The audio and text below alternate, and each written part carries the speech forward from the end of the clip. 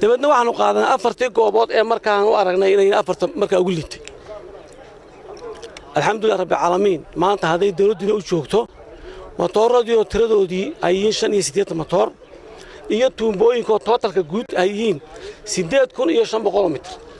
matoor walba wuxuu deeqdani agabka beeraha ah ee isugu jira tuumbooyinka iyo mashiinada tirada badan ayaa waxa ay hay'adda aado maanta gaarsiisay isla markaasina ay u qaybisay dadkii ku barakacay duufaantii Sagar ee ku dhaqan deegaano hoos yimaada degmada Baki deegaanadani oo kala ah Xamarta Dulturka Cad Carraweyne iyo xarunta degmada Baki ee Baki waxaana deeqdani mas'uul ka ahaa gudoomiyaha hay'adda aado ahna wasiir ku-xigeenkii hore ee wasaaradda caafimaadka Somaliland maamulka gobolka Awdal iyo meeyarka degmada Baki mas'uuliyiin ka socday wasaaradda beeraha iyo maaliyaha hay'adda ka hortagga masiibooyinka dabiiciga iyo kaydka raashinka Somaliland waxaana halkaasi ugu horeyn ka hadlay isla markaasina ka warbixiyay deeqdan iyo tirada ay ka kooban tahay gudoomiyaha hay'adda aado Xasan Xuseen Nuur waxaana uu yiri iskamaanu siina waxaanu sameeynay 5 maalmood baanu study sameeynay assessment sameeynay meel baanu marnay annakii qodob fanka bixinaysay iyo isku duwaha beeraha dabadna waxaanu qaadanay afartii goobood ee markaan u aragnay inay afarta markaa ugu liitay alxamdulilah rabbil caalamiin maanta haday dawladdu u joogto matooradii oo tiradoodii ay yihiin 85 matoor iyo tuumbooyinka tootalka guud ay yihiin 8500 mitir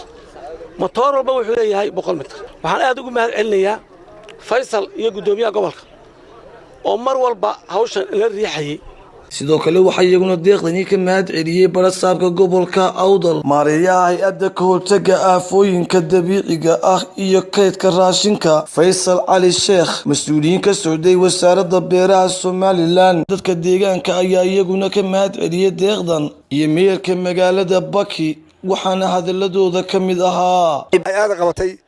oo ay halkan horteena ka muuqdaan mashiinada iyo tuubooyinka 8500 mitir oo tuumbooyina iyo 85 injiin oo 170 beerood waraabin doona waxa hore qabatay sidii la idin soo sheegay beero badan bay xidhay 2010 neef oo ari bixisay kulay wax qabad aad iyo aad looga mahad celiyo waan ka mahad celinaa alaabta qaaliga ee hadda aadan loo keentay iyo madaxda Somaliland dhamaanteedba iyadoo dulahaan waan mahad celinaynaa alaabtaas oo aan u arkaya anigu inay wax weyn baahidayada ka tarayso aban waxa mahadnaq aan uga sidaa wasaaradda horumarinta beeraha gaar ahaan wasiirka oo safar inooga maqan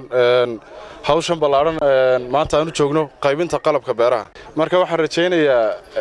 uguna hambaleynayaa aado iyo mas'uuliyiinta iyo gudoomiyaha Netford dadaalka iyo ixlaqaanka iska saareen maanta wax weeyaan waxay hormuud u tahay 5 kan ijiina maanta meesha la keenay iyo tumbooyinkan waxaan gurmadkeentii ugu horeysay waxaan markhaati ka nahay oo kale inta hore uu sheegay ariga goobjoog baa ka wadaha aad iyo aad baan ugu mahadnaqaynaa wixii mashruuca ay qayb ku lahayd ee ay soo heshay way soo gaarsiisay dadkii markhaati baan ka nahay deegaanadan abaaruhuna waa saameeyeen duufaantii dambe ee bishii May dhacdayna runtii deegaanada ay aad ka u saameysay iyada iyo Luqaya ayaa runtii ugu balaadhnaa khasaaraha ugu badanna runtii uu ka dhacay socdaallada u dambeeyay soo maray runtii wax badan baa la qabtay 170 qoys ayaa ka faa'iideysan doona ama beerood baa ka faa'iideysan doona mashruuca imika hadda